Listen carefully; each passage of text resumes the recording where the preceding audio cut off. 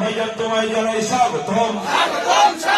গরিব অসহায় নিপীড়িত লাঞ্ছিত বঞ্চিত মানুষের বন্ধু নওশাদ ভাইজান তোমায় জানাই স্বাগতম। এ গরিব অসহায়ের বন্ধু নওশাদ ভাইজান তোমায় জানাই স্বাগতম।